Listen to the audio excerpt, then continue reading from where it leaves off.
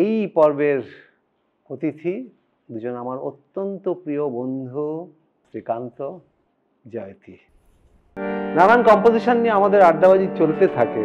আজকে জয়তীকে পেয়েছি। শ্রীকান্তদা মানে তো এটাই, মানে একটা গান থেকে আরেকটা গান, একটা গান থেকে আরেকটা গান, মানে এটাই না, এই মানে এটা আমাদেরও হয়, আমাদের ভীষণ অনেক দিনের, 30-40 বছরের। এই মানে ওকে আমি মনে করি one of the most pitch perfect singer. এবং তোমরা দুজনেই ভালো গান বাজনার প্রতিনিধি।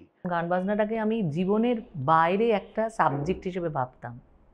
জীবনের বাইরে হ্যাঁ, কারণ এখন মনে হয় যে মিউজিক ছাড়া আমার কোনো অস্তিত্ব নেই। তবলা আমার ফার্স্ট লাভ হওয়া সত্ত্বেও আমি তবলা নিয়ে আর এগোতে পারিনি, কারণ কোথায় গেলে ভালো করে শেখা যাবে। সেটা একদিক দিয়ে ভালো হয়েছে যে আমরা একটুখানি এরকম একটা দেবতা। তবে আমার আরেকটা তবলা প্লেয়ার কম্পিটিশন এলে তো মুশকিল হবে। মানে আমি এটা একদিক দিয়ে আমি এখনো গানের থেকে বেশি ভালোবাসি তবলা।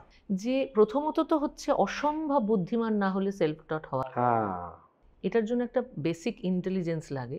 গান বাজনা বুদ্ধিমান লোকের কাজ, মূর্খের কাজ নয় কিন্তু। হ্যাঁ, সেলফ টট যারা হতে চাইছেন, আমি তাদের মেসেজ বলছি, তোমরা নিজেকে আপগ্রেড করছো তো, মানে আপগ্রেড করে নিজেকে শেখাচ্ছ তো। তুমি এটা মনে করো যে মিউজিক ডিরেক্টর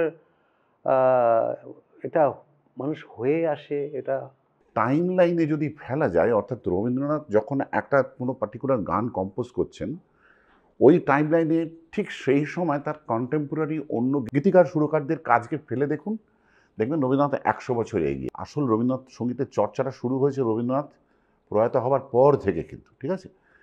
এবং যে সমস্ত শিল্পীদের কণ্ঠ বাহিত হয়ে রবীন্দ্রনাথের গান আমাদের কাছে পৌঁছেছে, তারা কিন্তু রবীন্দ্রনাথের থেকে কম নন আমাদের কাছে। একটা যখন সারেন্ডার করলাম, তোমার you have to surrender, even in your relationship you have to surrender.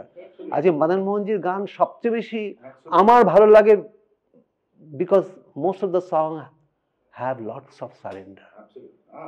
আমি কেবলই, গাও না, স্বপ্ন করেছি বাবা